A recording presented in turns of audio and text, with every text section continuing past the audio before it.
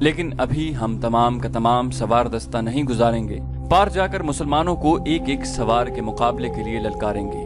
وہ اس رواج کی خلاف ورزی نہیں کریں گے۔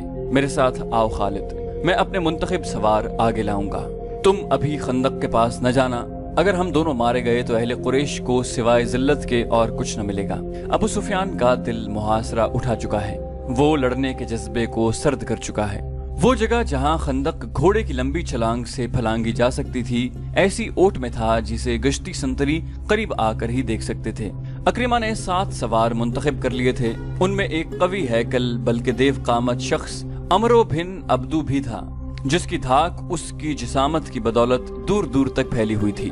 اکرمہ ان 7 سواروں کو مقررہ مقام پر کچھ دور تک اس اندازے سے لے گیا جیسے گھوڑوں کی ٹہلائی کے لیے جا رہا ہو۔ مسلمانوں کے سنتریوں کو ان پر شک نہ ہوا۔ اکرمہ نے چلتے چلتے اپنے 7 سواروں سے کہا، سب سے پہلے میں خندق پھلانگوں گا، کیا یہ ٹھیک نہیں ہوگا کہ سب سے پہلے میرا گھوڑا خندق پھلانگے؟ عمرو بن عبدو نے کہا، نہیں عمرو۔ اکرمہ نے کہا، پہلے میں جاؤں گا، اگر میرا گھوڑا خندق میں گر پڑا تو تم خندق پھلانگنے کی کوشش نہ کرنا، تمہارا سالار اپنی جان کی قربانی دے گا۔ یہ کہہ کر اکرمہ نے گھوڑے کی باگ کو جھٹکا دیا۔ گھوڑے کا رخ خندق کی طرف ہوا تو اکرمہ نے ایڑ لگا دی۔ عربی نسل کا گھوڑا ہوا سے باتیں کرنے لگا۔ اکرمہ نے لگام اور ڈھیلی کر دی اور گھوڑے کو پھر ایڑ لگائی۔ گھوڑے کی لگام اور تیز ہو گئی۔ خندق کے کنارے پر جا کر اکرمہ گھوڑے کی پیٹھ سے اٹھا اور آگے کو جھک گیا۔ گھوڑا ہوا میں بلند ہو گیا۔ خالد کچھ دور کھڑا دیکھ رہا تھا۔ قبیلہ قریش کے بہت سے لشکری دیکھ رہے تھے، زمین اور آسمان دیکھ رہے تھے، تاریخ دیکھ رہی تھی۔ گھوڑے کے اگلے پاؤں خندق کے دوسرے کنارے سے کچھ آگے اور پچھلے پاؤں عین کنارے پر لگے۔ گھوڑا رفتار کے زور پر آگے چلا گیا۔